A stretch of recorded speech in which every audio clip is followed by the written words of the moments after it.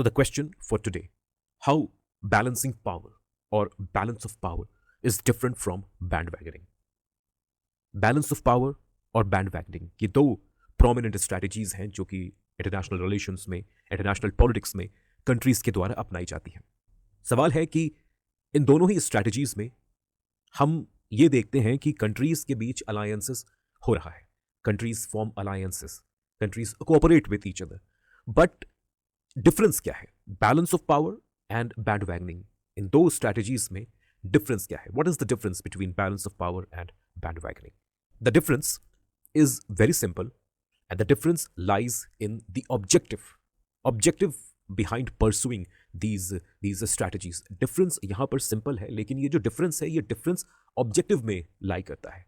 The objective behind balance of power is different, and the objective of countries behind bandwagoning different. दोनों ही strategies का जो exercise है वो लगभग एक जैसा दिखता है. Alliances दोनों ही cases में बनती हैं, लेकिन अलायंस को बनाने के पीछे जो ऑब्जेक्टिव है, कंट्रीज जिस ऑब्जेक्टिव के साथ अलायंसेस बिल्ड करती हैं, ये ऑब्जेक्टिव अलग है. In case of balance of power the objective is different, and in case of bandwagoning the objective is different. So on the one hand we have balance of power. Over here countries can come together, form alliances with the sole purpose, with the sole objective of matching the power of their opponent.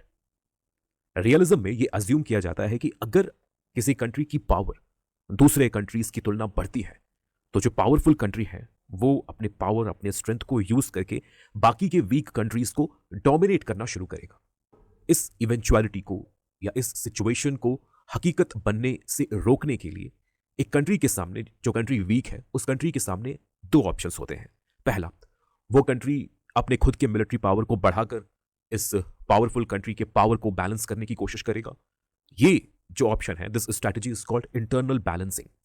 दूसरा option है कि वो country अपने जैसे बाकी week countries के साथ मिलकर अलायंस बिल्ड करेगा, अलायंस बनाएगा. सभी कंट्रीज अपने अपने इंडिविजुअल मिलिट्री पावर को जोड़कर एक जॉइंट फ्रंट या एक कंबाइंड फ्रंट तैयार करेंगे. और ये जो जॉइंट फ्रंट होगा, ये जो अलायंस होगा, इस अलायंस की कंबाइंड पावर उस पावरफुल कंट्री, उस प्रीडोमिनेंट कंट्री के पावर के बराबर होगी. ये जो सेकंड स्ट्रैटेजी है, इस स्ट्रैटेजी को, दैट मींस अलायंस बिल्ड करके, दूसरे कंट्रीज के साथ अलायंस बिल्ड करके अपने ओपोनेंट के पावर को मैच करना, बैलेंस करना, इसे एक्सटर्नल बैलेंसिंग कहते हैं. तो स्ट्रैटेजी चाहे इंटरनल बैलेंसिंग की हो या एक्सटर्नल बैलेंसिंग की हो, यहां पर जो ऑब्जेक्टिव है, जिस ऑब्जेक्टिव के साथ इस या इन बैलेंसिंग स्ट्रैटेजीज को परस्यू किया जा रहा है, ऑब्जेक्टिव यहां पर बहुत ही क्लियर है, बहुत ही स्पष्ट है. और ऑब्जेक्टिव क्या है? अपने ओपोनेंट, अपने एनिमी कंट्री के पावर को मैच करना, बैलेंस करना, और पावर को बैलेंस करके, पावर को मैच करके किसी भी तरह के फ्यूचर थ्रेट को या फ्यूचर कॉन्फ्लिक्ट या अटैक्स को या वॉर को प्रिवेंट करना, नलिफाई करना, कैंसल आउट करना. This is the objective behind the pursuit of the strategy of balance of power, either internal balancing और एक्सटर्नल बैलेंसिंग. लेकिन अगर हम बैंडवैगनिंग की तरफ देखें, over here things become different. Bandwagoning is a different thing. In case of bandwagoning, the objective, the motive of countries are different. Over here, countries ally with a powerful country, not for the sake of balancing the power of another powerful country or an enemy country, but to take advantage of the power, of the predominance and influence of that powerful country. यहाँ पर किसी तरह के threat को या future war या conflict को nullify करने के लिए, कैंसल आउट करने के लिए एक वीक कंट्री एक स्ट्रॉन्ग कंट्री के साथ अलायंस बिल्ड नहीं करती. यहां पर एक वीक कंट्री अगर एक स्ट्रॉन्ग कंट्री के कैंप में जा रही है, तो इसके पीछे उस वीक कंट्री का ऑब्जेक्टिव बहुत ही क्लियर है. और यहां पर ऑब्जेक्टिव क्या है? स्ट्रॉन्ग कंट्री के साथ होकर उस कंट्री के पावर और डोमिनेंस से बेनिफिट डिराइव करना, एडवांटेजेस डिराइव करना. सो the objective behind bandwagoning is not to nullify a threat, but to reap benefits and extract advantages from an already economically and militarily powerful country by aligning oneself with that country. International politics में ऐसा कई बार होता है. छोटी छोटी countries एक already powerful country के alliance में शामिल होती हैं और शामिल होकर उस ऑलरेडी पावरफुल कंट्री के पावर को और बढ़ाती हैं. वाई? For what purpose? एक पावरफुल कंट्री के पावर को आप उस कंट्री के साथ जाकर और बढ़ा रहे हैं. क्यों? सिर्फ और सिर्फ उस कंट्री से बेनिफिट्स और एडवांटेजेस को डिराइव करने के लिए.